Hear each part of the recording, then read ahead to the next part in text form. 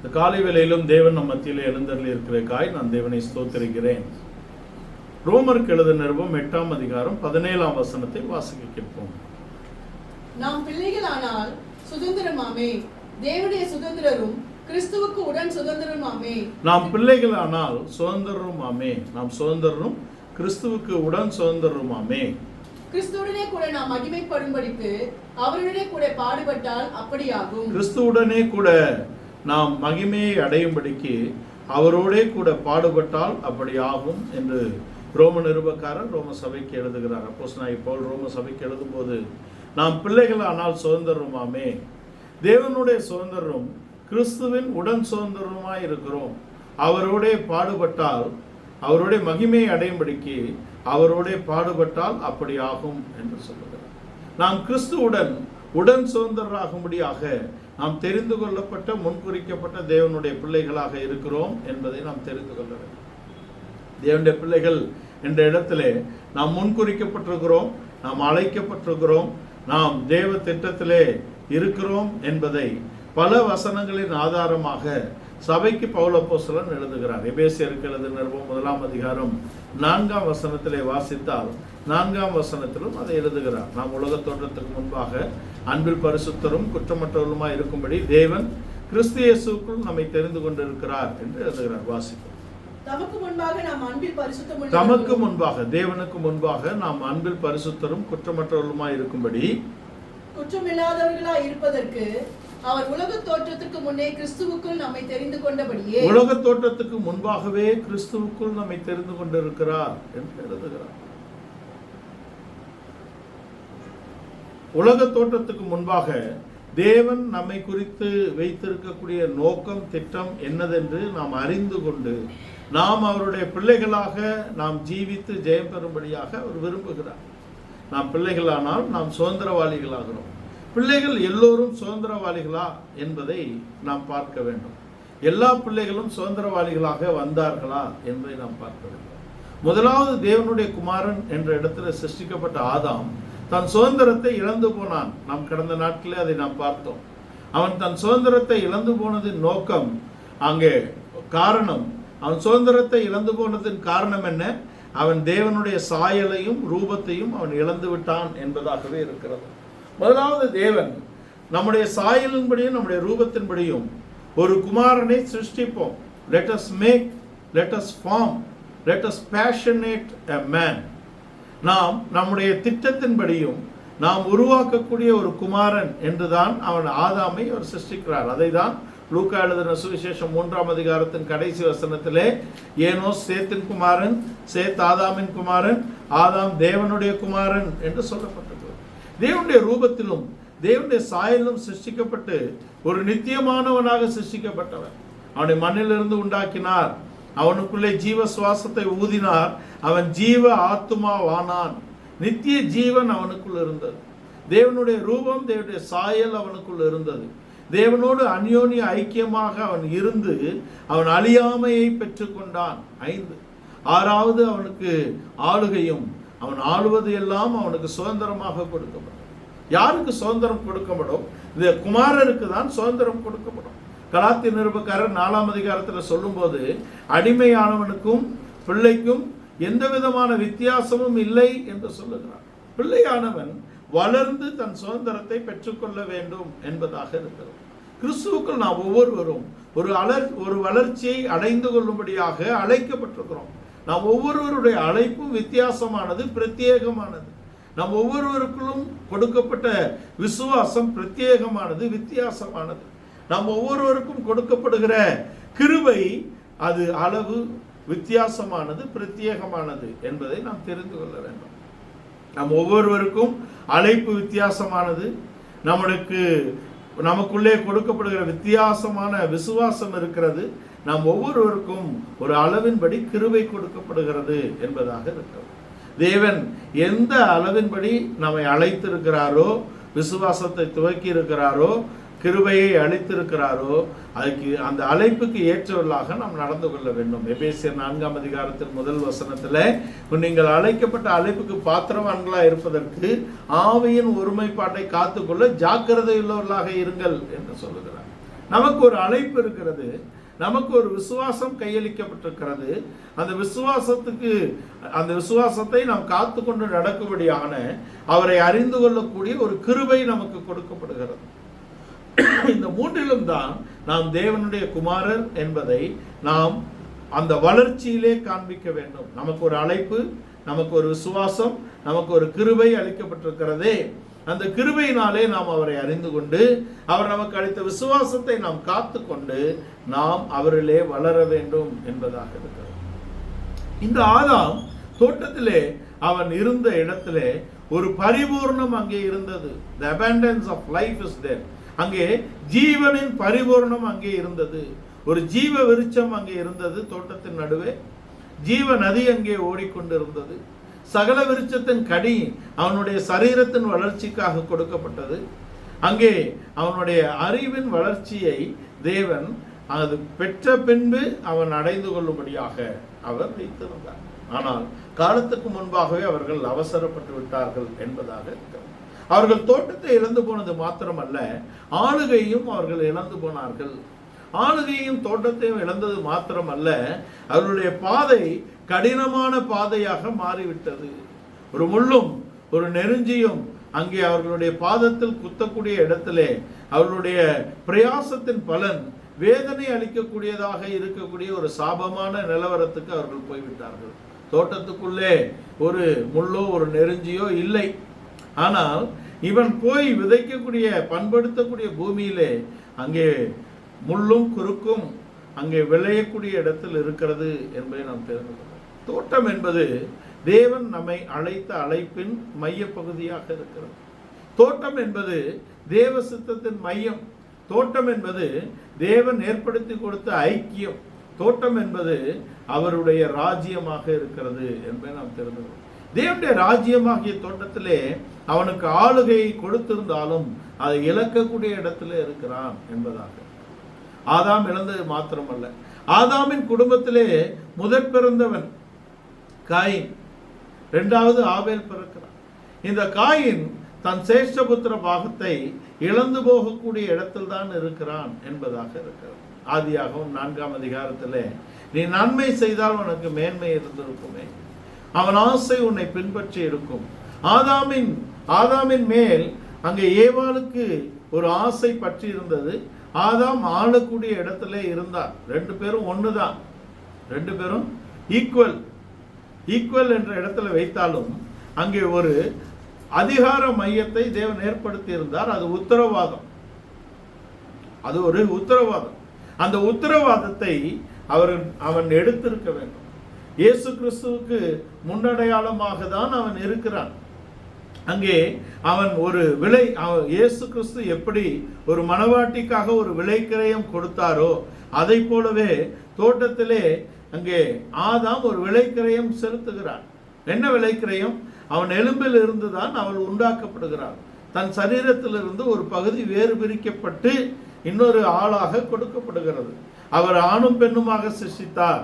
ஆதாமை அவர் சிருஷ்டித்த நாளில் சொல்லப்பட்டது என்ன? ஆணும் பெண்ணுமாக சிருஷ்டித்தார். அவனுக்குள்ளே ஏவாள் இருக்கிறாள், அந்த பெண் இருக்கிறாள். ஆனால் பிரித்து கொடுத்துதான் அங்கே இவள் வந்ததினாலே இவள் மனுஷி என்று சொல்ற. என் மனுஷனிலிருந்து வந்ததினால் மனுஷி, குமாரனிலிருந்து உண்டாகக்கூடியதுதான் மணவாட்டி. செடியில் தான் கொடி வர வேண்டும். நானே திராட்சை செடி, நீங்கள் கொடிகளாய் இருக்கிறீர்கள். ஒருவன் என்னில் நிலைத்திருந்தால் என்று கொண்டு வருகிறார். நாம் அவர் வேறாக இருந்து நம்மை சுமக்கிறார். அவர் செடியாக இருந்து நமக்குள்ளே ஒரு விளைச்சலை கொண்டு வருகிறார் என்ற இடத்திலே அவர்தான் மையம். நாம் அவருடைய மணவாட்டி என்ற இடத்தில் இருக்கிறோம். இதைதான் அங்கே ஆதாமும் அங்கே செய்யக்கூடிய இடத்தில் இருந்தது. ஆனால் இரண்டாவது பகுதியிலே அவர் தவறிவிட்டார் என்பதை நாம் தெரிந்து கொள்ள வேண்டும். இரண்டாவது பக்கம் என்ன?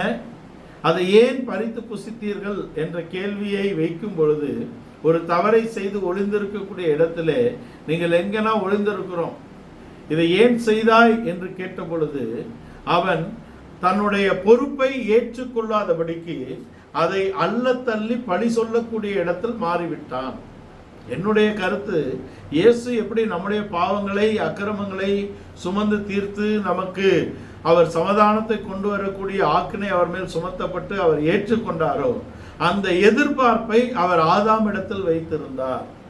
ஒருவேளை ஆதாம் நான் செய்தது தவறு, அவளை காக்காமல் போனேன், தோட்டத்தில் என் ஆளுகையை நான் சரியாக செய்து பாதுகாத்துக் கொள்ளவில்லை என்று சொல்லி இருந்தால் காரியம் மாறுதலாய் முடிந்திருக்கும். வேறு விதமாக தேவன் அந்த பரிகாரத்தை கொண்டு வந்திருப்பார் என்பதாக இருக்கிறது. நம்முடைய வாழ்க்கையிலே நாம் யாரையும் நம்முடைய வாழ்க்கையின் எந்த பகுதிக்காகவும் நாம் மற்றவர்களை நாம் குறை சொல்லக்கூடிய இடத்திலோ மற்றவர்கள் மேல் பழியை போடக்கூடிய இடத்திலோ நாம் இருக்கக்கூடாது. We should take the responsibility of everything which happens in our life. நம்முடைய வாழ்க்கையில் எது நேர்ந்தாலும் அது நம்முடைய குறைபாடாக இருக்கிறது, அது நம்முடைய அனுபவமாக இருக்கிறது, அது நாம் செய்த தவறாக இருப்பது என்பதை உணரக்கூடியவர்களாக நாம் இருக்க வேண்டும் என்பதுதான் தோட்டத்திலே இருந்த ஒரு பாடமாக இருக்கிறது என்பதை நாம் தெரிந்து கொள்கிறோம். நம்முடைய வாழ்க்கையிலே தேவனை நாம் பழி சொல்வதோ அல்லது எதிரியை நாம் பழி சொல்வதோ அல்லது மற்றொரு மனிதன் மேல் ஒரு பழியை போடுவதோ அல்ல. தன் பிள்ளைகளை உணர்கிறவன் யார் என்று சங்கீதம் 19ஆம் சங்கீதத்தில் தாவீது பாடுகிறார். தன் பிள்ளைகளை உணர்கிறவன் யார், நாம் யார் என்பதை நாம் நிதானிக்கும்படியாக தான் வேத புத்தகம் நமக்கு, வேதாகமும் நமக்கு கையளிக்கப்பட்டிருக்கிறது. தேவனுடைய வார்த்தையாகிய வேதம் நமக்கு கொடுக்கப்பட்டது நோக்கம் என்ன?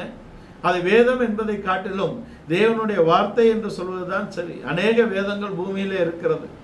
ஆனால் நமக்கு கொடுக்கப்பட்ட வேதாகம புஸ்தகம் என்பது நம்முடைய தேவனுடைய ஜீவனுள்ள வார்த்தைகளாக இருக்கிறது. அதைதான் யோவான் அப்போஸ்தலன் ஆதியிலே வார்த்தை இருந்தது என்று மொழிபெயர்க்கப்பட்டிருக்கிறது. ஆனால் ஆதியிலே வார்த்தை இருந்தார், அவர் தேவனோடு இருந்தார், அவர் தேவனாக இருந்தார் என்றுதான் நாம் அடையாளப்படுத்த வேண்டும். அது இது அத்து இத்து என்பது அக்ரிணை. அத்து இத்து அக்கு என்ற சொல்லுக்கு ஆயுத எழுத்து என்று சொல்லுகிறோம். 3 புள்ளிகள் வைக்கப்பட்டிருக்கும். 3 புள்ளி ஆயுதத்தில் இருந்ததுனால ஆயுத எழுத்து என்று அது மாறிவிட்டதாக நாம் நினைக்கிறோம். அந்த 3 புள்ளிகள் அக்ரிணைக்கு வருகிறது. ஏன் அக்ரிணைக்கு வருகிறது, உயர்தனைக்கு வரவில்லை? உயர்தனைகள் ஆகிய மனிதர்கள் முந்தின காலத்தை அறிந்திருக்கிறார்கள், நிழல்காலத்தை அறிந்திருக்கிறார்கள், வருங்காலத்தை குறித்த ஒரு உணர்வும் தெளிவும் அவர்களுக்கு இருக்கிறது. ஆனால் அக்ரிணைகளுக்கு முந்தின காலமும் இல்லை, நிழல்காலத்தை குறித்த சிறிது புரிதல் இருக்கிறதே தவிர முழு அறிவு இருப்பதாக இல்லை, பிந்தின காலத்தை குறித்த ஒரு தெளிவு இல்லை என்பதற்காக தான் அந்த மொழி அதை அக்ரிணை என்று கொண்டு வந்திருக்கிறது. ஆனால் வேதம் சொல்லுகிறது சிருஷ்டிகளும் பிந்தின காலத்தை குறித்த அறிவுள்ளதாக இருக்கிறது என்று சொல்லுகிறார். நான் சகல சிருஷ்டிக்கும் ஊழியக்காரனானேன், இந்த சுவிசேஷத்தின் நிமித்தம் அந்த பாரம் எனக்கு கொடுக்கப்பட்டு, அழைப்பு எனக்கு கொடுக்கப்பட்டு, அபிஷேகம் எனக்கு கொடுக்கப்பட்டதினாலே நான் சகல சிருஷ்டிக்கும் ஊழியக்காரனாக இருக்கிறேன் என்று அப்போஸ்தலனாகிய பவுல் சொல்லுகிறார். இங்கே ரோமருக்கு எழுதின நிருபம் 8ஆம் அதிகாரத்திலே சகல சிருஷ்டியும் மனிதன் தேவகுமாரனாக வெளிப்படும்படியாக பிரசவ வேதனைப்பட்டு தவிக்கிறது என்று சொல்லுகிறார். நாம் தேவகுமாரனை நம்மில் வெளிப்படுத்தக்கூடிய ஒரு அழைப்பும் ஒரு அபிஷேகமும் ஒரு கிருபையும் நமக்கு கொடுக்கப்பட்டிருக்கிறது. நம்முடைய வாழ்க்கையிலே குமாரனை நாம் வெளிப்படுத்த வேண்டும். அதற்கு நாம் அவரிலே வளர்ந்து பெருகி அவர் நம்மிலே கொண்ட சித்தத்தை நிறைவேற்றக்கூடியவர்களாக இருக்க வேண்டும். அப்பொழுதுதான் குமாரர் என்ற இடத்திலிருந்து நாம் புத்திரர் என்ற இடத்துக்கு வந்து நாம் அதிலே சுதந்திரவாளி என்ற சுதந்திரத்தை நாம் அடைந்து கொள்ள முடியும் என்பதாக இருக்கிறது.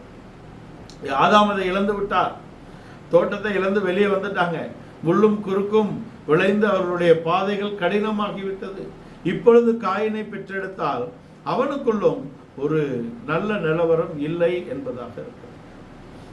ஆவேல் முதன்மையும் கொழுமையுமானதை கொண்டு வருகிறான். ஆனால் காயின் முதன்மையும் கொழுமையுமானதை கொண்டு வரவில்லை. முதன்மையை கொண்டு வந்தான், கொழுமை என்ற இடத்திலே அவன் அதை பதார்த்தமாக கொண்டு வந்திருக்க வேண்டும். லேவியராகமத்தில் நாம் அறிந்திருக்கிறபடி அந்த முதலாம் கதிர்கட்டை 23ஆம் அதிகாரத்திலே அசைவாட்டும் பலியாக கொண்டு வருவார்கள். அந்த முதலாம் கதிர்கட்டை என்பது முதற்பலன். அந்த முதற்பலனுக்கு எந்த விதமான ஆயத்தமும் வேண்டியது இல்லை. அதை அசைவாட்டின பின்பு 7ஆம் வாரம் அடுத்த நாளிலே, 7ஆம் ஓய்வு நாளுக்கு அடுத்த நாளாகிய முதல் நாளிலே அதை ஒரு பலகாரமாக சுட்டு கொண்டு வர வேண்டும் என்பது 50வது நாள். அது கொழுமை என்ற இடத்தில் இருக்கிறது. முதன்மை கொழுமை என்ற இடத்தில் இருக்கிறது. முதற்பலனானவர் கிறிஸ்து, பின்பு அவருடையவர்கள் என்பது கொழுமை. மரித்தோரில் உயிர்த்தெழுந்தவர்களே முதற் பலனானவர் கிறிஸ்து என்று எழுதுகிறார் 1 கொரிந்தியர் 15ஆம் அதிகாரத்திலே. பின்பு அவருடையவர்கள் என்பவர்கள் கொழுமை. யார் அவருடையவர்கள்? அவருடையவர்கள் என்பவர்கள் அவருடைய ஆவியின் பரிபூரணத்தை பெற்றவர்கள், அவருடைய சுதந்திரத்தின் உடன் சுதந்திரவாளிகள். அவர் மணவாளன் என்றால் அவருடைய மணவாட்டிகள் என்ற இடத்தில் தான் முதற்பலன் அவர். கொழுமை என்பது நாம் சபை என்ற இடத்துல இருக்கிறது. புதிய ஏற்பாட்டு சபைதான் கொழுமை என்ற இடத்தில் இருக்கிறது. அங்கே ஆபேல் முதற்பலனையும் கொழுமையும் கொண்டு வந்தான். ஆனால் காயின் முதற்பலனை கொண்டு வந்தான். கொழுமை என்ற இடத்திலே அவன் கொண்டு வருவதற்கான எந்த விதமான அறிவும் உணர்வும் அவனிடத்தில் இல்லை என்பதாக இருக்கிறது. நாம் தேவனை எந்த அளவுக்கு அறிந்து கொள்ளுகிறோமோ அந்த அளவில் தான் நாம் அவரை அன்பு கூற முடியும்.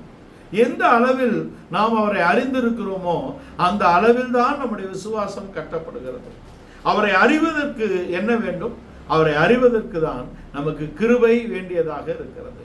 உம்முடைய கண்களில் கிருபை கிடைத்ததானால் நான் உம்மை காண வேண்டும் என்று மோசே கேட்கிறார். அதுக்கு மோசேக்கு அவர் என்ன சொல்றாரு?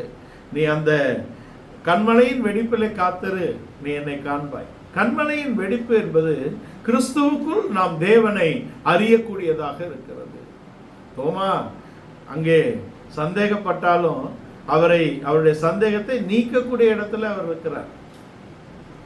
பிதாவை எங்களுக்கு காண்பியும் என்று சீஷர்கள் ஒருவர் கேட்கும்போது, என்னை காண்கிறவன் பிதாவை காண். கிறிஸ்துவில் தேவனை உணரக்கூடிய, கிறிஸ்துவின் தெய்வீகத்தை தாண்டி பிதாவின் தெய்வீகத்தை அறியக்கூடிய இடத்திலே நாம் சுதந்திரவாளிகள் ஆகிறோம். தேவனுடைய சுதந்திரம் கிறிஸ்துவின் உடன் சுதந்திரமாமே என்று கொண்டு வருகிறார். இங்கே ஆபேலையும் அவன் காணிக்கையும் தேவன் ஏற்றுக்கொண்டார். காயினையும் அவன் காணிக்கையும் அவர் ஏற்றுக்கொள்ளவில்லை. காயின் என்பதும் அவனுடைய காணிக்கை என்பதையும் ஏன் பிரித்து சொல்ல வேண்டும்? காயின் என்பது அவரை அறிகிற அறிவு, அவனுடைய காணிக்கை என்பது அவர்கள் அன்பு கூறக்கூடிய பக்கம். இவன் அவரை சரியாக அறியாததினாலே இவனுடைய காணிக்கையிலே அவர் பிரியப்படவில்லை. இவனையும் ஏற்றுக்கொள்ளவில்லை, இவன் காணிக்கையும் ஏற்றுக்கொள்ளவில்லை. ஆபேலையும் ஏற்றுக்கொண்டார், அவனுடைய காணிக்கையும் ஏற்றுக்கொண்டார் என்றால் ஆபேல் தேவனை அறிகிற அறிவிலே அந்த காணிக்கையை கொண்டு வந்திருக்கிறான். நாம் தேவனை அறிகிற அறிவிலே வளர வேண்டும் என்பதுதான் முக்கியமான மைய பகுதியாக இருக்கிறது. ஏன் சபை நிர்மாணிக்கப்பட்டது? நோக்கம் என்ன? நாம் தேவனை அறிகிற அறிவின் மேன்மையை அடைந்து கொள்ள வேண்டும். நான் எல்லாவற்றையும் குப்பை என்று எண்ணுகிறேன், நான் நஷ்டம் என்று விட்டேன், குப்பையுமாக எண்ணுகிறேன். எதற்கு? அவரை அறிகிற அறிவிற்காக என்று கொண்டு வருகிறார். பிலிப்பியர் 3ஆம் அதிகாரத்திலே அவர் என்ன கொண்டு வருகிறார்? நான் எல்லாவற்றையும் நஷ்டம் என்று விட்டேன், குப்பையுமாக எண்ணுகிறேன். எதற்காக? அவரை அறிகிற அறிவின் மேன்மையை நான் அடைந்து கொள்ள வேண்டும், நான் கிறிஸ்துவை அறிந்து கொள்ளும்படியாக என்று கொண்டு வருகிறார். அவர் மரணத்துக்குள்ளாகி எப்படியாகிலும் அவரோட உயிரோட எழுப்பப்பட வேண்டும். அந்த அறிவின் மேன்மையை நான் அடைந்து கொள்ள வேண்டும். நான் சிருஷ்டிக்கப்பட்டதின் நோக்கத்தை நான் அறிந்து கொள்ள வேண்டும். எனக்கு அழைக்கப்பட்ட அழைப்பை நான் அறிந்து கொள்ள வேண்டும். எனக்கு கொடுக்கப்பட்ட விசுவாசத்தின் உறுதியை நான் வெளிப்படுத்த வேண்டும். அதற்கு ஒரு கிருபை வேண்டியதாக இருக்கிறது. அந்த கிருபையினால் தான் நாம் தேவனை அறிந்து கொள்ளுகிறோம். தேவனை அறிகிற அறிவின் மேன்மை என்ற இடத்துக்கு வருகிறோம். பூமியில எல்லோரும் தேவனை அறிந்திருக்கிறார்கள். கடவுள் ஒருவர் உண்டு என்று எல்லோருக்கும் தெரியும். ஆனால் knowing God is different from the knowing the knowledge of God. அவரை அறிகிற அறிவு என்பதற்கும் அவரை அறிகிறோம் என்பதற்குமான வித்தியாசம் என்று. பூமியிலே எல்லோரும் தேவனை அறிந்திருக்கிறார்கள். ஒரு தேவன் உண்டு என்று அறிந்திருக்கிறார்கள். நாத்திகனும் கூட சந்தர்ப்பங்களில் ஒத்துக்கொள்ளக்கூடிய இடத்தில் தான் இருக்கிறது. நாத்திகனை அங்கே வேதம் மூடன் என்று சொல்லுகிறது. மூடன் தேவனை ஒத்துக்கொள்ளுகிறதும் இல்லை, அறிகிறதும் இல்லை. ஆனால் பொதுவான ஒரு விசுவாசம் கையளிக்கப்பட்டது. ஆனால் அதிலிருந்து நாம் முற்றிலும் வேறுபடுகிறோம் என்பது நமக்கு அவர் கொடுக்கப்பட்ட பிரத்யேகமான தேவனை அறிகிற அறிவு. நாம் தேவனை அறிகிற அறிவின் மேன்மையை அடைய வேண்டும் என்பதுதான் சபை உருவாக்கப்பட்டது நோக்கம். சபைக்கு நாம் ஏன் வருகிறோம்? தேவனை அறிகிற அறிவிலே வளரும்படியாக வருகிறோம். சபை நிர்மாணிக்கப்பட்டது நோக்கம் என்ன? தேவனை அறிகிற அறிவுக்காக நிர்மாணிக்கப்பட்டது. அப்ப சபையிலே தேவன் ஊழியர்களை ஏன் ஏற்படுத்தி இருக்கிறார்? அவர்களுக்கு உத்தியோகம் கொடுக்கப்பட்டிருக்கிறது. அதுல தான் அந்த சபைக்கு அந்த அறிவை, அந்த ஞானத்தை, அந்த புத்தியை கொண்டு வரக்கூடிய இடத்துல இருக்கார். ஞானம், அறிவு, புத்தி என்ற மூன்றையும் சபைக்கு கொண்டு வரக்கூடிய இடத்துல ஊழியர்களை தேவன் அபிஷேகித்து அவர் நடத்தி வருகிறார் என்பதை நாம் தெரிந்து கொள்ள வேண்டும். இந்த காயினுக்கும் ஆபேலுக்கும் அன்றைக்கு ஊழியக்காரன் என்ற இடத்திலே ஆதாம் தான் அந்த குடும்பத்தின் தலைவனாக இருக்கிறான். பழைய ஏற்பாட்டிலே குடும்ப தலைவர்கள் தான் ஆசாரியர் என்ற இடத்திலே நிலை பெற்றிருக்கிறார்கள். 2 பேருக்கும் ஒரே ஆள் தான் சொல்லியிருக்காங்க, பெற்றோர் சொல்லியிருக்கிறாங்க. ஆனால் 2 பேருடைய புரிதல் என்பது வித்தியாசமாக இருக்கிறது என்பதை நாம் தெரியும். நாம் தேவனை எப்படி அறிந்து கொள்ளுகிறோம், அவருடைய சித்தத்தை நாம் எப்படி தெரிந்து கொள்ளுகிறோம், அவருடைய காரியங்கள் நம்முடைய ஜீவியத்தில் எப்படி நடக்க வேண்டும் என்று நாம் புரிந்து கொள்ளுகிறோம். இதற்காகவே ஆவியின் அபிஷேகம் நமக்கு கொடுக்கப்பட்டிருக்கிறது. கடந்த நாட்களிலே பாவ மன்னிப்பாகிய ரட்சிப்பின் படிகளில் இருக்கக்கூடிய 7 விதமான அனுபவங்களை 5 விதமான காரியங்கள் நாம் செய்ய வேண்டியதும் 2 தேவன் நம்முடைய வாழ்க்கையில் செய்யக்கூடிய காரியங்களை நாம் தொடர்ச்சியாக பார்த்தோம். பாவ உணர்வு, பாவத்தை குறித்த மனஸ்தாபம், பாவத்தை அறிக்கையிடுதல், தேவனோடு மனுஷரோடு ஒப்புரவாகுதல், அநியாயமாய் பெற்றதை திருப்பி கொடுத்தல் என்ற 5 பகுதிகள் நாம் நம்முடைய ஜீவியத்தில் நிறைவேற்றக்கூடிய பக்கம். 6வது தேவன் நம்மை நீதிகரித்து நம்மை பரிசுத்தப்படுத்தக்கூடிய இடத்திலே இருக்கிறார் என்று நாம் பார்த்தோம். அதுக்கு பின்பாக ரட்சிக்கப்பட்ட நாம் அங்கே ஞானஸ்தானத்தின் உடன்படிக்கைக்குள்ளாக வருகிறோம் என்பதை நாம் தெரிந்து கொள்ளலாம். ஞானஸ்தானத்தின் உடன்படிக்கைக்குள்ளாக வரும்பொழுதுதான் நாம் அவருடைய குமாரர் என்ற இடத்திலிருந்து நாம் அவருடைய சுதந்திரவாளிகள் என்ற இடத்துக்கு வருகிறோம். அவரை ஏற்றுக்கொண்டவர்கள் எத்தனை பேர்களோ அத்தனை பேர்களும் அவருடைய பிள்ளைகள் என்ற இடத்துல சில்ட்ரன்ஸ். ஆனால் நாம் வளர்ந்து குமாரர் என்ற இடத்துக்கு வந்து சுதந்திரவாளிகளாக மாற வேண்டும். சுதந்திரவாளி என்பவன் எப்பொழுது சுதந்திரவாளி ஆகிறான் என்று நாம் பார்த்திருக்கிறோம். கலாத்தியர் நாளிலே அவன் வளர்ந்தால்தான் அடிமைக்கும் அவனுக்கும் வித்தியாசம், அவன் வளர்ந்தால்தான் அவன் சுதந்திரவாளி ஆக முடியும். இப்ப காயினுக்கு பின்பாக காயின் கிட்ட சொல்றாரு, அவனிடத்தில் ஒரு மனம் திரும்புதலை எதிர்பார்க்கிறார். அவரு சொல்றாரு, 4 முறை அவர் கேட்கிறார், உன் முகநாடி ஏன் வேறுபடுகிறது, உனக்கு ஏன் எரிச்சல் வந்தது, நீ நன்மை செய்தால் மேன்மை இல்லையா அப்படின்னெல்லாம் கேட்டுட்டு கொலைபாதகம் செய்து விட்டான். இப்பொழுதும் அவனுக்கு ஒரு சந்தர்ப்பம் கொடுக்க, அவன் சகோதரன் எங்கே? சகோதரன் எங்கேன்னா அவன் பொறுப்பை ஏற்க வேண்டும். ஐயா, நான் தவறி கொண்டு விட்டேன். அதான் முதல் கொலைபாதகம். And it is an planned murder. அது திட்டமிட்ட கொலைபாதகம். ஒரு அடித்து எதேச்சையாக கொல்லப்படுகிறதுக்கும் திட்டமிட்டு கொல்லப்படுகிறதுக்கும் வித்தியாசம் இருக்கிறது. அவர் நியாயப்பிரமாணத்தை எழுதி கொடுத்து அதுக்கு பின்பாக தன்னுடைய தேசத்தை அவர்கள் சுதந்திரித்துக் கொள்ளக்கூடிய இடத்துல அவர் அங்கே தனிப்பட்ட இடத்துல பட்டணங்களை கட்ட சொல்லுகிறார். அடைக்கல பட்டணங்கள். அடைக்கல பட்டணத்துக்குள் பிரவேசிக்கக்கூடியவன் எப்படி எக்ஸாமின் பண்ணணும்ன்ற சட்டமும் கொடுக்கிறார். அவன் தவறி கொண்டிருக்க வேண்டும். கை தவறுதலாக அவன் கொலை பாதகம் செய்திருக்க வேண்டும். அவன் திட்டமிட்டு ஒரு கொலை செய்து அங்கே அடைக்கல பட்டணத்துக்குள்ள வந்தா அவனை நீங்க கொலைக்கு ஒப்பு கொடுத்துடணும் அப்படிங்கிறது கொண்டு வருகிறார். மனுஷனுடைய ரத்தத்தை குறித்து தேவன் கரிசனை உள்ளவராக இருக்கிறார். ஏனென்றால் ரத்தத்திலே ஜீவன் இருக்கிறது என்று கொண்டு வந்து மனிதனுடைய ரத்தத்தை சிந்தக்கூடிய எந்த மனிதனுடைய ரத்தமும் தேவனால் சிந்தப்படும் என்ற இடத்திலே வைக்கப்பட்டிருக்கிறது. ஒரு மனிதனோ ஒரு மிருகமோ அவனை கொல்லக்கூடிய இடத்துல, ஒரு மிருகம் வந்து ஒரு ஆட்டையோ மாட்டையோ பிடிச்சிட்டு போனா அதை பெரிதுபடுத்துகிறது இல்லை. இன்றைக்கும் இந்தியாவின் பல பகுதிகளில் சிங்கங்களும் புலிகளும் அங்கே கிராமங்களுக்குள்ளே வந்து மிருகங்களை கொண்டு போகக்கூடிய இடத்துல இருக்கிறது. ஆனால் அது எத்தனை முறை வந்து மிருகங்களை கொண்டு போனாலும் அதை கொண்டு திரும்ப காட்டில் விடக்கூடிய பொறுப்பை தான் அங்கே வனத்துறை ஏற்றுள்ளது. ஆனால் அது என்றைக்கு ஒரு மனிதன் மேல் தாக்குதலை நடத்துமோ அன்றைக்கு அந்த மிருகம் கொல்லப்படும் என்பதுதான் சட்டம். இந்திய வனவிலங்கு சட்டமும் அப்படிதான் சொல்லுது. அதனாலே இது வேதத்தின் அடிப்படையில் தான் கொண்டு வரப்பட்டிருக்கிறது. மனிதனுடைய ரத்தத்தை குறித்து அவனுடைய ஜீவனை குறித்து தேவன் கரிசனை உள்ளவராக இருக்கிறார். யாருக்கு கரிசனை இல்லைன்னா மனிதனுக்கு தான் கரிசனை இல்லாமல் இருக்கிறது என்பதை நாம் தெரிந்து கொள்கிறோம். 49ஆம் சங்கீதத்திலே அறிவில்லாத மனிதன் அழிந்து போகும் மிருகங்களுக்கு ஒப்பாய் இருக்கிறான். மிருகத்துடைய ஜீவனுக்கும் மனிதனுடைய ஜீவனுக்கும் வித்தியாசம் இருக்கிறது. மனிதன் ஜீவன் என்ற இடத்தில் நின்று விடாதபடிக்கு அவன் நித்திய ஜீவன் என்ற இடத்துக்கு வர வேண்டும். அந்த நித்திய ஜீவன் ஒரு பரிபூர்ணமான ஜீவனாக அது மாறக்கூடிய இடத்துல அந்த வளர்ச்சி இருக்கிறது. நித்திய ஜீவன் இருக்கிறது. அங்கே ரோமர் 6ஆம் அதிகாரத்தின் கடைசி வசனத்தில் நித்திய ஜீவன். ரோமர் 6ஆம் அதிகாரத்தின் 4ஆம் வசனம் வாசிங்களேன். ரோமர் 6ஆம் அதிகாரத்தின் 4ஆம் வசனம். மேலும் பிதாவின் மகிமையினாலே கிறிஸ்து மரித்தோரிலிருந்து எழுப்பப்பட்டது போல நாமும் புதிதான ஜீவன் வருகிறது.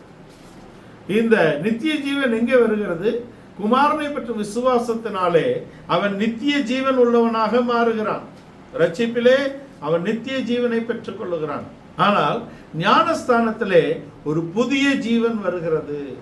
ஞானஸ்தானத்தின் உடன்படிக்கையிலே அவனுக்குள்ளே ஒரு புதியான ஜீவன் வருகிறது. ஒருவன் கிறிஸ்துவுக்குள் இருந்தால் புது சிருஷ்டியா இருக்கிறான், பழையவைகள் ஒளிந்து போயின, எல்லாம் புதிதாயின என்று கொண்டு வருகிறான் கொரிந்து நிருபக்காரன். அப்ப பழையவைகள் ஒளிந்து போயின என்ற இடத்திலே இவன் புதிதான ஜீவன் உள்ளவனாக இருக்கிறான்.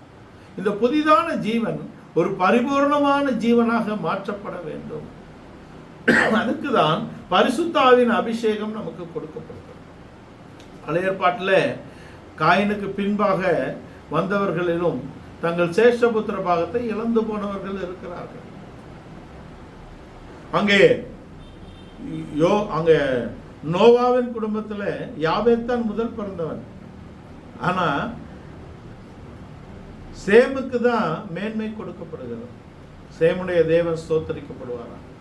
அங்கேயும் ஒருவன் காம் என்பவன் சபிக்கப்பட்டு போகிறான். சபிக்கப்படாமல் இருந்தால் அந்த முழு குடும்பமும் ஒரு ஆசீர்வாதம் என்ற தேவ திட்டத்துக்குள்ளே, ஒரு மெய்யான ஒரு தேவ திட்டத்துக்குள்ளே அவர்கள் வந்திருப்பார்கள். இதனாலே காமுடைய சந்ததி முழுவதும் அழிக்கப்படக்கூடிய ஒரு நியாய தீர்ப்புக்கு தேவன் ஒப்பு கொடுத்து விட்டார். அங்கிருந்து எதுவும் பண்ண முடியல. காமின் தேசத்தை சேமின் சந்ததியில் வந்த ஆபிரகாம் சுதந்திரித்துக் கொள்ள வேண்டும் என்ற திட்டம் கொண்டு வருகிறார். ஷெம்முடைய சந்ததி தான் கானானை சுதந்திரிக்க வேண்டும். ஷெம்முடைய சந்ததியில் தான் ஆபிரகாம் வருகிறார். ஆபிரகாமை கொண்டு வந்து சுதந்திரவாளி ஆக்க வேண்டும் என்ற திட்டம் தேவன் வைத்திருக்கிறார். அங்கே கலாத்தியர் 3ஆம் அதிகாரத்தின் கடைசி வசனத்திலும் நீங்கள் கிறிஸ்துவுடையவர்களானால் ஆபிரகாமின் சந்ததி வாக்குத்தத்தத்தின்படி சுதந்திரவாளிகளாகிறோம்.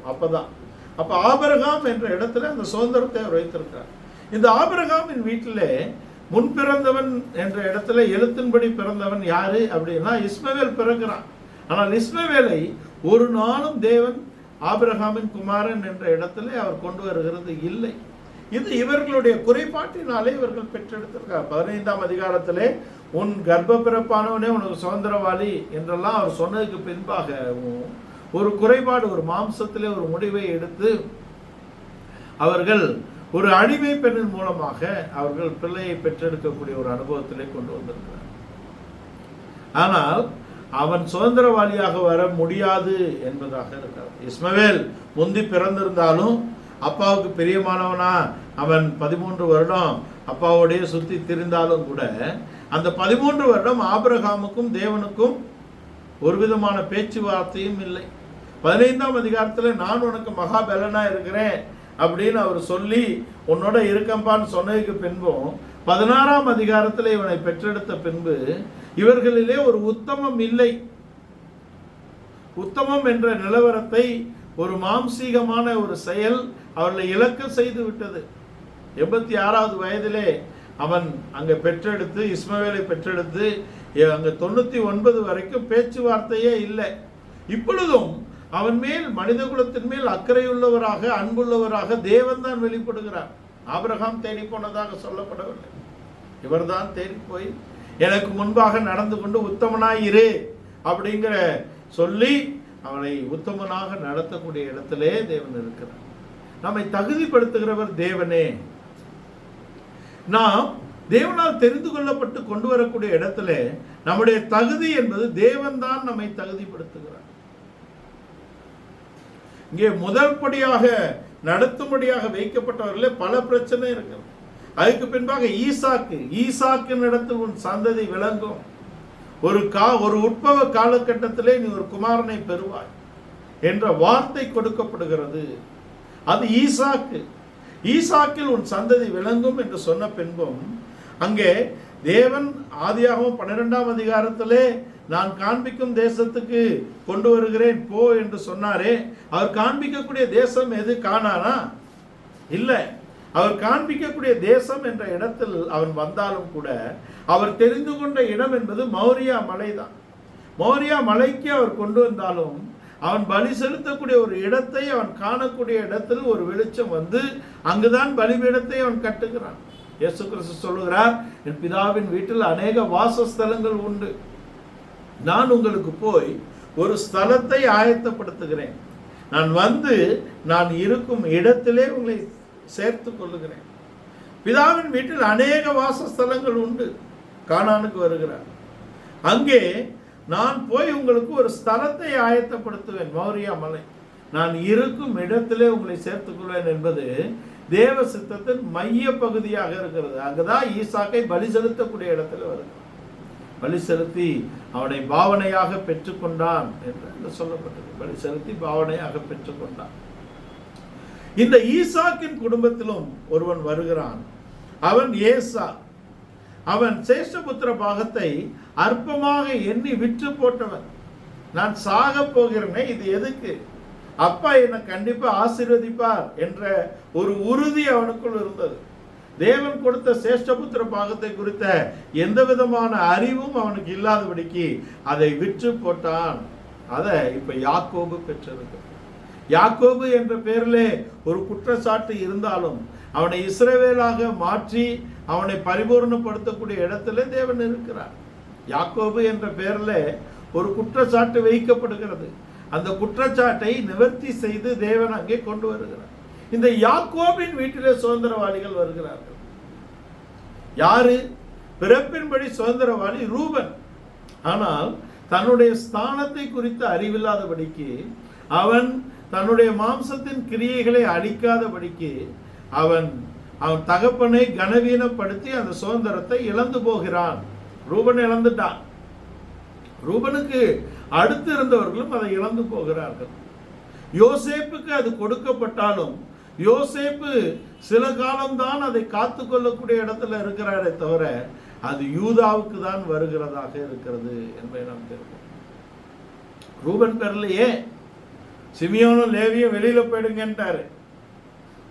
சிமியோனும் லேவியும் ஏனென்றால் அவர்கள் தங்கள் தகப்பனை கனம் பண்ணவில்லை. அதான் விஷயம்.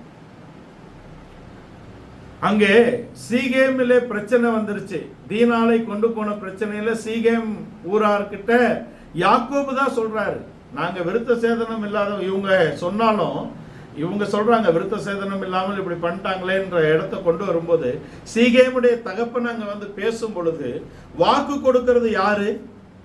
யாக்கோபு தான் வாக்கு கொடுக்கிறார். நீங்க எல்லாரும் விருத்த சேதனம் பண்ணா உங்களுக்கு நான் என் பிள்ளைய கொடுக்கிறேன் அப்படின்னு சொல்லிட்டார். ஒரு வாக்கு சொல்லிட்டார் தகப்பன். நீங்க தகப்பன் மேல் ஒரு கணத்தை வைத்திருந்தா நீங்க போய் கை போடுவீங்களா? தகப்பன் சொன்ன வார்த்தையை நீங்க தரையில் போட்டு நீங்க வெட்டி போட்டீங்க. அவ்வளவு பெரியும் அவன் வாசனையை கெடுக்கக்கூடிய இடத்துல இருக்கீங்க. எப்படி சுதந்திரத்தை பெற முடியும்? நீங்க வெளியில போங்கன்னு சொல்லிட்டார். ஆனாலும் லேவி பரிசுத்தத்துக்காக உண்மையாகவே வைராக்கியமாக இருந்தான் என்ற இடத்துல லேவியை தேவன் மீட்டெடுத்தாலும் கூட, ஆசாரிய பட்டம் கொடுத்தாலும் கூட, அங்கே சுதந்திர வீதம், அங்கே சேஷபுத்திர பாகம் என்ற இடத்துல அது யோசேப்புக்கு போகுது. ஆனால் யோசேப்புடைய சந்ததி அதை காத்து கொள்ளக்கூடாத இடத்துல இருக்கிறது. அது யூதாவில் தான் கொண்டு வந்து முடிகிறதாக இருக்கிறது. யோசேப்பு அங்கே பரிசுத்தமாக தன்னை காத்து கொண்டார். யோசேப்புடைய எல்லா சூழ்நிலையிலும் தேவன் அவனோடு இருந்தார். 104ஆம் சங்கீதத்திலே தேவனுடைய வசனம் அவனை புடமிட்டது. தேவனுடைய பிரசன்னம் அவனோடு இருந்த குழியிலையும் அவனை தேவன் பாதுகாத்தார். போத்திபாரின் வீட்டிலே பிரச்சனைகளின் மத்தியிலே அவன் தேவனுடைய வசனத்தோடு தேவனுடைய பிரசன்னத்தை தன்னிலே காத்து கொள்ளக்கூடிய இடத்தில் இருந்தான். சிறைச்சாலையிலும் அவன் அதை குறித்த தெளிவுள்ளவனாக இருந்தான். அவன் கடைசியாக ராஜாவாக உயர்த்தப்படுகிறான். கவர்னர் ஆஃப் ஈஜிப்ட், அங்கே எகிப்தின் அதிபதியாக அவன் உயர்த்தப்படுகிறான். எகிப்தின் அதிபதியாக உயர்த்தப்பட்டாலும் கூட அவன் சொப்பனத்தை குறித்து கருத்துள்ளவனாக இருக்கிறான்.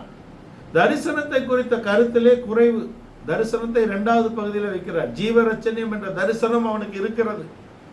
ஆனால் இவங்க வணங்கணுமே, சொப்பனத்தை நிறைவேற்றணுமே. முத நாளே சொல்லலாமே, அண்ணன் தம்பி வந்த உடனே முத நாளே நான் தான் யோசேப்பு, ஜீவரட்சணையை உண்டாக்குறதுக்காக கடவுள் என்ன இங்கே கொண்டாந்தாரு, நீங்க தீமை செஞ்சீங்க, அது நன்மையா மாற செய்தது கடவுள்னு முத நாள் சொல்லலையே. முத நாளா சொல்றாரு. நாடகம் ஃபுல்லா போட்டாரு. சிமியோனை கட்டி உள்ள போடு இல்லையா? சிமியோனை தூக்கி உள்ள போட்டார். பெஞ்சமினை கொண்டு வாங்க, பெஞ்சமினை கொண்டு வந்துட்டார். பெஞ்சமின் சாக்குலையும் பொருளை போட்டு. யூதா தான் தன் தகப்பனை குறித்த கருத்துள்ளவனாக இருக்கிறான். யூதா கிட்ட ஒரு பெரிய வாழ்க்கை இல்லை. அவனுடைய வாழ்க்கையிலே அவன் தவறான கணக்கை போட்டு அவன் மருமகளை அவள் வீட்டுக்கு அனுப்பின இடத்துல மருமகளாலே பிள்ளை பெற்றிருக்கிறான். அவன்கிட்ட ஒரு பெரிய வாழ்க்கை இல்லை. ஆனால் யாக்கோபின் இருதயம் யூதாவை தான் நம்புகிறது. பெஞ்சமினை அனுப்பக்கூடிய இடத்துல யூதாவை தான் யாக்கோபின் இருதயம் நம்புகிறது. இந்த யூதா தான் யோசேப்பின் கடினமான இருதயத்தை உடைக்கக்கூடிய இடத்திலே பேசுகிறான். நீர் பார்வோனுக்கு ஒப்பா இருக்கிறீர், ஒரு விசையின் வார்த்தை கேளும்.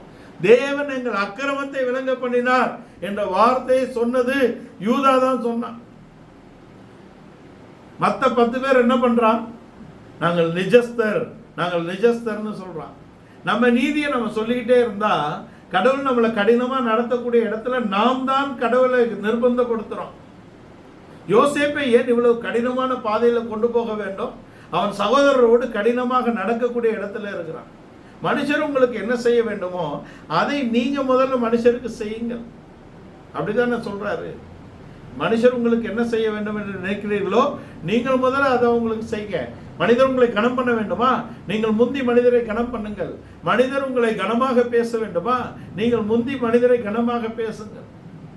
நீ கடினமாக நடத்தப்படும்படியாக உன் பாதை கடினமாக இருக்கிறது. யோசேப்பு சகோதரரை கடினமா நடத்தி கொண்டு போகிறான். யூதாதான் அவனுடைய இருதயத்தை உடைக்கக்கூடிய இடத்துல. இத்தனை பேர் சேஷ்டபுத்திர பாகத்தை சுதந்திரித்துக் கொள்ளக்கூடிய இடத்துல இருந்தாலும் ரூபன் சுதந்திரிக்கவில்லை. சிமியோன் லேவி வெளில போய் சொல்லிட்டாரு. யூதாவுக்கு வாக்குத்தத்தை கொடுத்திருக்காரு. ஆனால் அது நிறைவேறுவதற்கான காலம் இருக்கிறது. அவன் பொறுமையோட காத்திருந்து அதை பெற்றுக்கொண்டான். அங்கே 4ஆம் புஸ்தகத்திலே அங்கே ராஜாதிபத்தியமும் சேஷ்டபுத்திர பாகமும் பிரிந்து போகிறது. ஆனாலும் ரெண்டையும் பெற்றுக்கொள்ளக்கூடிய இடத்துல யூதாவுக்கு கால நிர்ணயம் வைக்கப்பட்டிருக்கிறது என்பதை நாம் தெரிந்து கொள்ளலாம். இந்த யோசேப்பு நாடகம்லாம் போட்டு முடிச்சு 30 வருஷம் கழிச்சு அப்பா இறந்த அப்புறமும் இன்னும் அண்ணன் தம்பிக்கு பயம் போகல. அவனை குறிச்சு 30 வருஷம் ஆயிடுச்சு. அண்ணா அப்பாவும் இறந்துட்டாரு. இப்போ ஓடியாந்து என்ன சொல்றாங்க? உன்னை கண்டா எங்களுக்கு பயமா இருக்கு. அப்பா உன்னை எங்களை மன்னிக்க சொல்ல சொன்னாரு. இப்ப சொல்றாரு, நீங்க அதை குறித்து கவலைப்படாதீங்க. தீமை செய்ய நினைத்தீர்கள், நன்மையா மாறி இருக்குது. என்ன தேவன் முந்தி கொண்டு வந்திருக்கிறாரு ஜீவரட்சனை உண்டாகும்படி. அப்ப 30 வருஷம் ஆகி உங்க பயம் போகல. அப்ப அவ்வளவு சொந்தமாக நாம் வைத்திருக்கக்கூடிய நீதிகளோ பரிசுத்தமோ நமக்குள்ளே ஒரு தெய்வீகத்தை கொண்டு வரவே முடியாது. தெய்வீகம் என்பது சுபாவத்தில் இருக்கிறது. அங்கே பரிசேயர்கள் சதுசேயர்கள் தங்களுடைய மத சட்டங்களை ஜனங்களுக்கு கொண்டு வந்தாலும் யாரும் தைரியமா அவங்க கிட்ட போக முடியலையே. ஒரு பெரும்பாடுள்ள ஸ்திரீ அவ உதிரப்போக்கோடு பப்ளிக்ல வரக்கூடாது. அவ வரானா இயேசுகிட்ட தைரியமாக வருகிறாள் என்றால் அவரிடத்தில் ஒரு விசுவாசம் அவளுக்கு இருக்கிறது. அவருடைய அங்கே ஜெப சால்வையின் ஓரத்தை அவள் தொடுகிறாள். குணமாயிட்டார். இப்ப அவர் பப்ளிக்ல சொல்றார், இவள் குணமாக விட்டால் அவள் கல்லெறிந்து கொல்லப்பட்டுவாள். அதான் விஷயம். அவள் தீட்டுள்ளவளாக சூசக ஸ்திரீ அங்க பப்ளிக்ல வரக்கூடாது. அந்த இடுக்கத்துல எத்தனை பேர் இடிச்சு வந்திருப்பா இல்லையா? அதுதான் அங்க பிரச்சனை. ஆனால் அவளுக்கு ஒரு தைரியம் இருக்கிறது. அது கிறிஸ்துவை, இயேசு கிறிஸ்துவை அவர் மேசியா என்று விசுவாசிக்கிறார். போய் தொட்டா குணமாகும்னு விசுவாசிக்கிறார். இயேசு கிறிஸ்து 3.5 வருடம் எத்தனையோ அற்புதம் அடையாளம் செய்தார் இல்லையா? மெசியானிக் மிராக்கிள்ஸே பண்ணார். மேசியா மாத்திரமே செய்யக்கூடிய எத்தனையோ அற்புத அடையாளங்களை செய்தார். ஆனா அந்த கள்ளன் ரட்சிக்கப்பட்டானா? கள்ளன் ரட்சிக்கப்பட்டானா? ரட்சிக்கப்படல. அவன் சிலுவையில் தான் ரட்சிக்கப்படுகிறான். சிலுவையில். ஏன்னா அவர் அங்கே ஏதோ ஒரு முறை 7 வார்த்தையில் ஒரு வார்த்தை மன்னியும் என்று சொன்னார்னு நம்ம முடிச்சிடுறோம். அப்படித்தான் எழுதப்பட்டிருக்குன்னு. ஆனால் நீங்க உண்மையிலே பார்த்தால் அவர் ஒவ்வொரு முறையும் அந்த சிலுவை சுமந்து வந்து ஆணி அடிக்க துவங்கினதிலிருந்து அவர் தொடர்ச்சியாக இவர்களை மன்னியும் மன்னியும் என்று சொல்லிக் கொண்டு இருந்ததாக அங்கே எழுதப்பட்டிருக்கிறது. பின்னணிகள், வரலாற்று பின்னணிகள் அது குறிப்பிடப்பட்டிருக்கிறது. அப்ப அந்த தெய்வீகம் தான் அவனை, அவருடைய வல்லமையோ அவருடைய அங்க அற்புத அடையாளங்களோ அவனை மாற்றவில்லை. அவருடைய தெய்வீக தன்மை தான் மாற்றினது என்பதை நாம் யூதாவுக்குள்ளே அந்த தெய்வீக தன்மையை தேவன் சிருஷ்டித்திருக்கிறார். அதனாலதான் எப்பிராயிமர் பொய்களினாலும் அங்க ஓசியா 12-11 கடைசி வசனம் வாசி. ஓசியா 11ஆம் அதிகாரம் 12ஆம் அதிகாரம் 12 கடைசியா 11 கடைசி. ஓசியா 11ஆம் அதிகாரம் 12ஆம் வசனம். எப்பிராயிமர் பொய்களினாலும் இஸ்ரவேலர் வம்சத்தார் வஞ்சகத்தினாலும் என்னை சூழ்ந்து கொண்டிருக்கிறார்கள். இஸ்ரவேலர் வஞ்சகத்தினாலே சூழ்ந்து கொண்டார்கள். யூதாவோ எனினும் தேவனோடே அரசாண்டு பரிசுத்தவான்களோட உண்மையாக யூதாவோ தேவனோடு அரசாண்டு பரிசுத்தவான்களோட உண்மையாக இருக்கிறான் என்ற சாட்சி. யோசேப்பின் கோத்திரம் கொஞ்ச காலம் அவர்களுக்கு நியாயாதிபதிகளும் அவங்களுக்கு நிறைய கொடுத்தாரு. யோசேப்போட தம்பி ராகேலுடைய 2 பிள்ளைகளுக்கு தான் மெயின். யாக்கோபும் அவங்கள தான் மெயினா வச்சிருக்காரு. இப்ப யோசேப்பின் சந்ததியில தான் நியாயாதிபதிகள் நிறைய கொடுக்கிறார். ராஜா எங்க கொடுக்கிறாருன்னா பெஞ்சமின் கோத்திரத்துல கொடுக்கிறார். இல்லைன்னா யாக்கோபு வருத்தப்படுவாரே, யாக்கோபு வருத்தப்பட மாட்டாரா? பெஞ்சமினுக்கு தான் கொடுக்கிறார். பெஞ்சமினை ஏன் எல்லா இஸ்ரவேலர்கள் ஒத்துக்கொண்டார்கள் என்றால் அவன் பூமி புத்திரா, அங்க வந்து பிறந்தவன், அந்த அங்க சுதந்திர பூமியில வந்து பிறந்தவன், மண்ணின் மைந்தன்.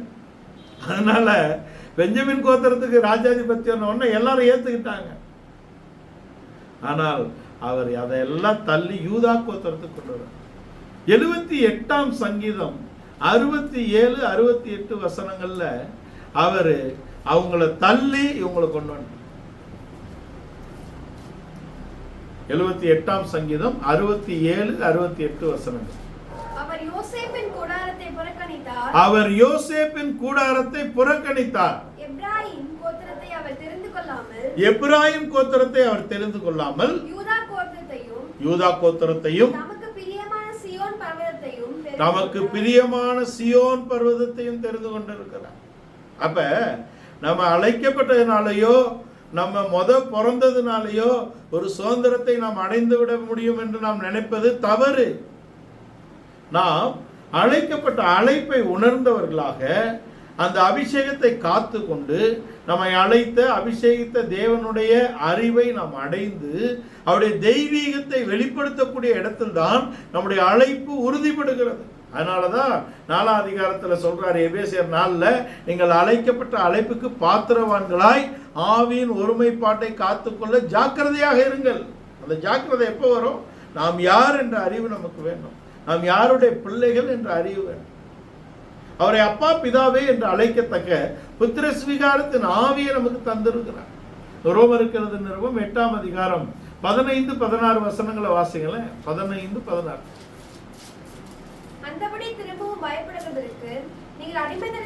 நமக்கு அடிமைத்தனத்தின் ஆவி அல்ல, அப்பா பிதாவே என்று அழைக்கக்கூடிய புத்திர ஸ்வீகாரத்தின் ஆவியை தந்திருக்கிறார். அப்ப என்ன? நாம் ஆவியிலே நடக்க வேண்டும், ஆவியானவராலே நடத்தப்பட வேண்டும். அதுக்கு பின்பாக நாம் அவரோடு நாம் நடந்து வாழக்கூடிய ஒரு வாழ்க்கையை நாம் பெற்றுக்கொள்ளலாம். அங்கே ரோமர் 8:1 நாம் ஆவியிலே நடக்க வேண்டும். மாம்சத்தின்படி நடவாமல் ஆவியின்படி நடக்கிறவர்களுக்கு ஆக்கினை தீர்ப்பு இல்லை. நாம் தேவனுடைய புத்திரரானால் நாம் ஆவியிலே நடக்க வேண்டும். ஆவியிலே நடப்பது என்பது என்ன? மாம்சத்திலே அவருடைய பிரமாணத்தை கை கொள்ளக்கூடிய ஒரு பழக்கம். அவர் 30 வருடமும் நியாய பிரமாணத்தை அவர் கை கொண்டு நடந்தார். நாம யாரும் நடக்க முடியாது, ஒரு மனிதனும் நடக்க முடியாது. மனிதன் செய்யக்கூடாது, தேவனே செய்யும்படிக்கு தம்முடைய குமாரனை பாவ மாம்ச சாயலாக பாவத்தை போக்கும் பலியாக தந்து பாவத்தை மாம்சத்திலே ஆக்கினைக்குள்ளாக தீர்த்தார். 2 பிரமாணம். ஆவியிலே நடக்க வேண்டும். எவர்கள் மாம்சத்தின்படி நடாமல் ஆவியின்படி நடக்கிறவர்களுக்கு ஆக்கினை தீர்ப்பு இல்லை. ஆவியின்படி நடக்கக்கூடிய வாழ்க்கை. அங்க 10ல சொல்றாரு, நாம் பாவத்துக்கு மரித்திருக்க. நீங்க கிறிஸ்துவுடையவர்களானால் உங்கள் சரீரமானது பாவத்தின் நிமித்தம் மரித்ததாயும் உங்கள் ஜீவனானது உங்கள் ஆவியானது நீதி நிமித்தம் ஜீவனுள்ளதாயும் இருக்கிறது. மாம்சம் பாவத்துக்கு மரித்திருக்க வேண்டும், உங்கள் ஆவி நீதி நிமித்தம் பிழைத்திருக்கக்கூடிய ஒரு வாழ்க்கை நமக்கு. இது எங்க வருது? இதெல்லாம் ரட்சிப்பின் அனுபவத்தில் வருது. ஆனால் ஞானஸ்தானத்தின் உடன்படிக்கைக்குள்ளே வந்து நாம் நிறைவேற்றின உடனே ரோமர் 8:14 வந்துடுறோம். எவர்கள் தேவ ஆவியினால் நடத்தப்படுகிறார்களோ அவர்கள் தேவனுடைய புத்திரராக இருக்கிறார்கள். 14 வரணும். நடத்தப்படணும், அங்க நடக்கணும். நடத்தப்பட்டு நாம் நடக்கணும். முதல்ல ஆவியிலே நடக்க வேண்டும். இரண்டாவது தேவ ஆவியினாலே நடத்தப்பட வேண்டும். இதுதான் அந்த நித்திய ஜீவன், புதிதான ஜீவன். ஆனா பரிபூர்ண ஜீவன் எங்க வரும் தெரியுமா? 28 வாசிங்க. ரோமர் 8:28.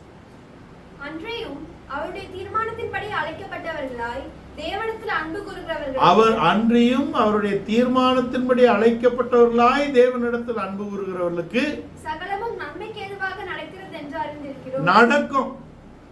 சகலமும் நன்மைக்கு ஏதுவாகவே நடக்கும். நாம் நடக்க வேண்டும், அவரால் நடத்தப்பட வேண்டும், அவரில் எல்லாவற்றையும் நடத்துவார் என்ற இடத்துக்கு வர வேண்டும். இது நித்திய ஜீவன், புதிய ஜீவன், பரிபூர்ண ஜீவன் என்ற இடத்துக்கு வருவோம். ரோமர் 6 கடைசியிலே நித்திய ஜீவன், அவர் விசுவாச நித்திய ஜீவனை பெற்றுக் கொள்கிறோம். 6:4 புதிதான ஜீவன் உள்ளவர்களாக மாற்றப்படுகிறோம். அங்க யோவான் 10ஆம் அதிகாரத்திலே அவர் ஜீவனை அளிக்கவும் ஜீவன் பரிபூர்ணப்படவும் வந்தார். பரிபூர்ண ஜீவன் என்ற இடத்துல இது யாருக்கு என்றால் எவர்கள் முன்குறிக்கப்பட்டார்களோ, எவர்கள் முந்தி பிறந்தார்களோன்னு எழுதல. சேஷபுத்திர பாகம் முந்தி பிறந்தவர்களுக்கு கொடுக்கப்பட்டாலும் கூட முந்தி பிறந்தவர்கள் சேஷபுத்திர பாகத்தை காக்க முடியாமல் இழந்து போகிறார்கள். அப்ப யாரு? எவர்கள் முன்குறிக்கப்பட்டார்களோ, எவர்கள் அழைக்கப்பட்டார்களோ அவர்கள் நீதிமான்கள் ஆக்கப்பட்டு என்று எழுதுகிறார். தேவன் எவர்களை முன்குறித்தாரோ, அழைத்தாரோ, நீதிமான்கள் ஆக்கி இருக்கிறாரோ அவர்களை மகிமைப்படுத்துவார். யாக்கோபின் குடும்பத்திலே யூதாவை அந்த மகிமைக்கு கொண்டு வருகிறார், தாவீதை அந்த மகிமைக்கு கொண்டு வருகிறார். யூதா கோத்திரத்திலே தாவீது அங்கே உயர்த்தப்படுகிறார். தாவீதுக்கு முன்குறிக்கப்பட்ட 3 குமாரர் இருக்கிறாங்க. தாவீதுக்கு ஒரு குமாரன் பிறப்பான். 2 சாமுவேல் 7 தாவீதுக்கு சாலமோன் பிறக்கிறார். 1 ராஜாக்கள் 13 தாவீதுக்கு யோசியான்னு ஒரு குமாரன் பிறப்பார். அதுக்கு முன்னையே தாவீதுக்கு இயேசு என்னும் ஒரு குமாரன் பிறப்பார். தாவீதின் குமாரன் ஆகிய சாலமோன் அவனுடைய தப்பிதத்தினால் இஸ்ரவேலுக்கு கொடுக்கப்படுகிறார். அங்கே சவுலும் நிற்க முடியல, அதுக்கு பின்ன யெரொபெயாமும் அங்க நிற்க முடியல. அங்க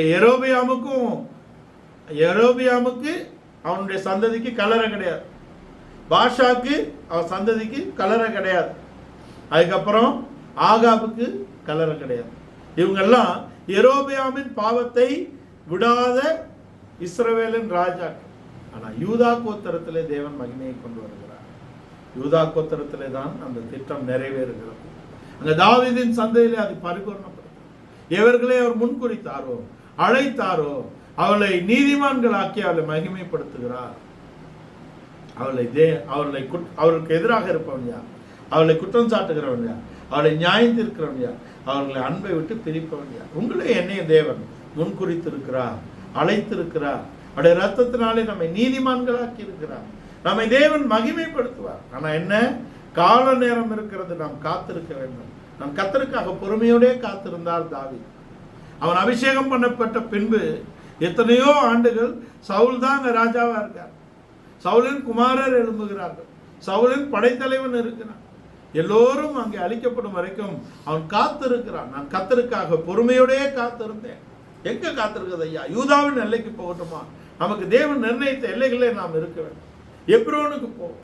எப்ரோன் என்பது தேவனோடு உள்ள அங்க நெருங்கிய ஐக்கியம், நெட் ஃபெலோஷிப் வித் காட். தேவனோடு உள்ள ஐக்கியத்தை, உறவை நாம் வளர்த்து கொள்ள வேண்டும்.